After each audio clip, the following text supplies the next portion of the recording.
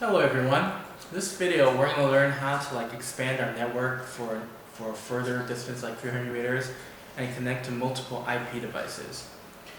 Maybe many people would think, use multiple PoE extenders, daisy chain them. Well, that would be kind of complicated because when we expand it that far, sometimes it requires going outside and then we have to bury our PoE extenders underground to make it look good.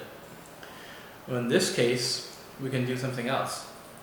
We can use an ultra-long PoE switch and then connect it with an outdoor PoE powered switch. And in the middle here, we don't need any extender. All we need is a very long Ethernet cable. In this case, we'll use a 300-meter Ethernet cable. Well, this kind of setup mostly works when you have a mansion or a factory and the main network is set up inside. And then you need a little system, surveillance system, outside, in the front gate or the backyard. And connecting a lot of Ethernet cables back using extenders. It'll use up a lot of your PoE ports in the main switch.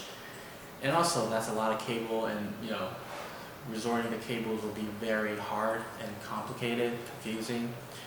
So this way we can use one Ethernet cable, a 300 Ethernet cable, connected to our ultra long distance PoE switch, and then install this outdoor PoE powered switch right on the room that we set up as a security room. So how this can be successful? Well, we do it by, there's a special chipset in here. This chipset can help us boost up the signal and make it go all the way up to 800 meters.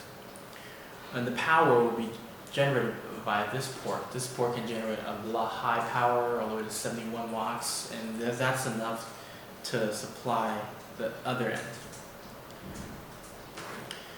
Okay. And on this end, because mostly this will be planted outdoor, so we can use a very good waterproof outdoor PoE power switch, and the power source is separated here, so this will have enough power to divide into all the other ports. Because of powered switch, one port the data comes in, 7 ports can spread to other IP devices. This would make it save a lot of ports on our main switch, and also 7 IP devices. That's pretty enough for a lot of surveillance systems, small surveillance systems. So today we're going to connect this, and I'll show you guys how in a second. And this is a very crucial part in this system as well, because there's a chipset here that boosts up the signal. Well, we all know that when we're watching live feed, everything, the data exchange 2 ways. This will help the camera send back the data to the PoE switch. This will help the data transfer farther than a regular Ethernet cable. So there's a special chipset here as well, and it's really handy because it's independent. It doesn't need an extra power source. It will receive power from the PoE technology, and that's very little amount of power that will make it work. And this is our panel telezoom camera. It uses a lot of power, so it will make sure that it proves that there's enough power from this outdoor PoE power switch to power a lot of devices. Now let's take a look at how we should set them up. So we have this 300-meter Ethernet cable. We have it connected to our ultra long distance PoE switch. And now on the other end, remember to connect it to our PoE extender.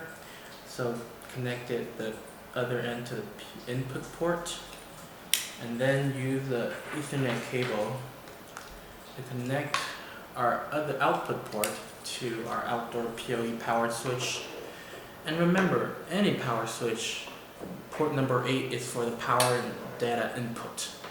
So if we insert it in any other ports, it will not receive the power and data. So now you guys can take a look. The indicators are on, indicating this is functioning.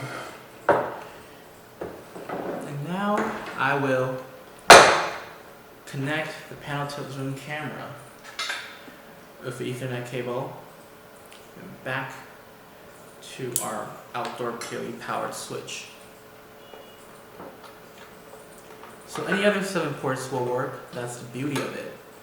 Makes us having a functioning switch in outdoors. We're far away from our main network. Saves us a lot of messy cord riggerings.